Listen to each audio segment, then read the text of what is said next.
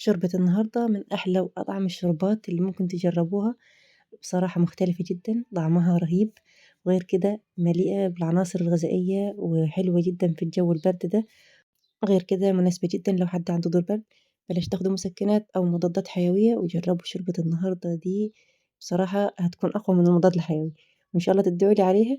بسم الله الرحمن الرحيم، اللهم صل وسلم على سيدنا محمد. نبتدي أول حاجة في الفيديو كده عندنا بصلاية، بصلاية وسط حلوة كده. لو بتفضلي بصل أبيض بصل أحمر، أنا دايما بفضل البصل الأحمر لما بشتغل في الأكل، يعني بصراحة ما بحبش أشتغل ببصل أبيض خالص. هنقطعها صغير زي كده زي ما شايفين بالشكل ده. بس في بداية الفيديو كده اللي محطش لايك يحط لايك لأجمد شوربة بتاعت النهاردة، شوربة النهاردة مغربية، شوربة الحريرة.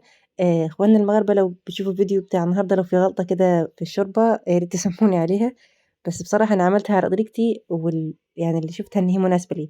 هنشوف برضه مع بعض النهارده اللي ممكن تستغني عنه واللي ممكن تضيفيه واللي ممكن تزوّدي منه في الشوربة أو اللي ممكن تقللي منه في الشوربة. حطينا البصلاية على أي مادة دهنية، لو حابة سمنة، لو حابة زيت، أنا هنا اشتغلت بزيت. أول ما تدبل معانا كده بالشكل ده، راح هنضيف عليها معلقة توم، معلقة صغيرة توم مهروس في الهون، تمام؟ ندّي له التشويحة كده.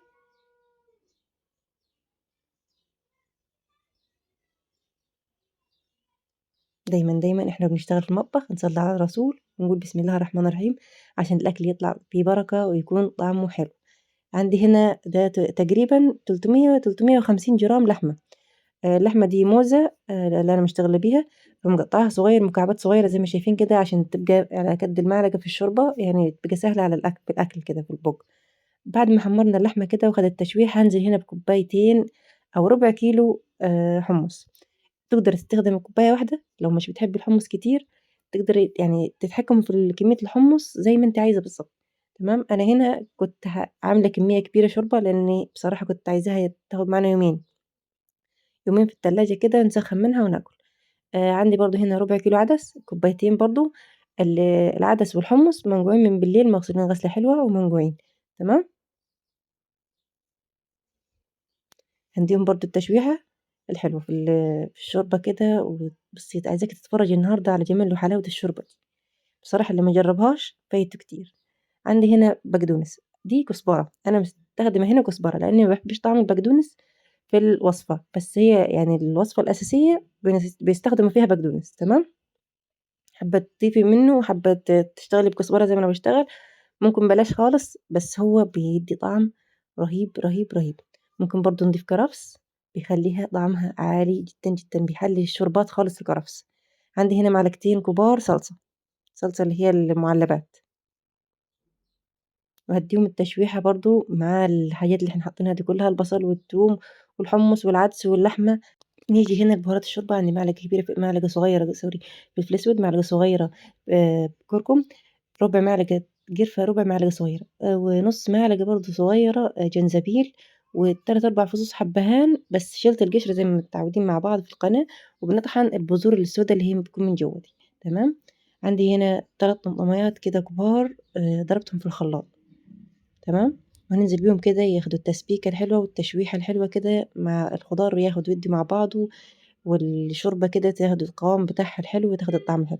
نضبّط الملح كده معانا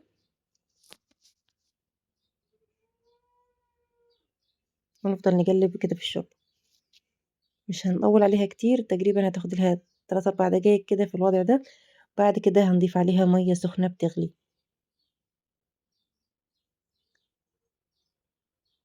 بس كده، وهنسيب الدنيا دي كلّها مع بعض لحد لمّا تستوي. شوفوا اللحمة بتاعتِك استوت، شوفوا الحمص بتاعِك استوى، تقريبًا كلّه هياخد سِوَى بعضه، مش هيتأخّر حاجة عن التانية، تمام.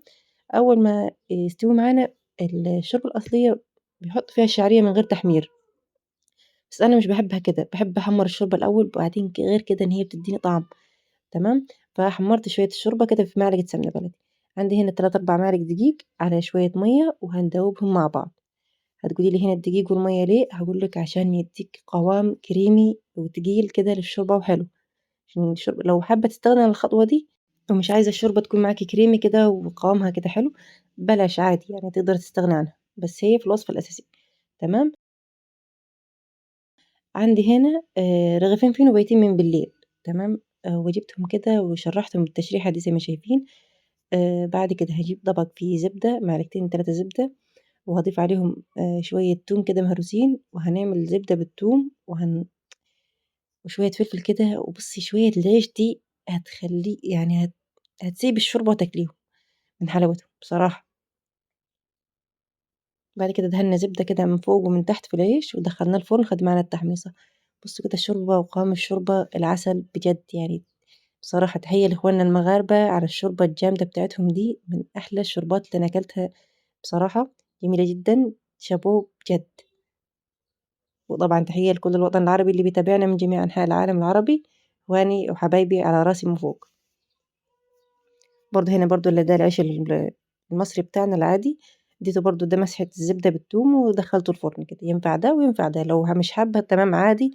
بس احنا برضه عشان التصوير وكان عندي عيش بايت من بالليل، فبدل ما يترمي ولا ينشف نستغله صح. بصوا كده الشوربة وقوام الشوربة وجمال الشوربة وحلاوة الشوربة بتاعت النهاردة، يعني دي كفيلة جدا جدا تخرج الواحد من أي دور برد. شوربة حلوة وتدفي في الجو البرد ده، بصراحة فايته كتير بجد. شوربة طعم وقوام والمكونات كلها على بعض كده طعمها حلو. ممكن على فكرة نعملها من غير لحمة، ممكن تتعمل بفراخ. ولو عجبكم الفيديو ما تنسوش تعملوا لايك وشير وتشتركوا في القناة عشان عيلتنا تكبر بيكم أكتر وأكتر. وإن شاء الله نشوفكم على خير أحبائي في الله في فيديو جديد. كانت معكم خلود السيد، مع السلامة.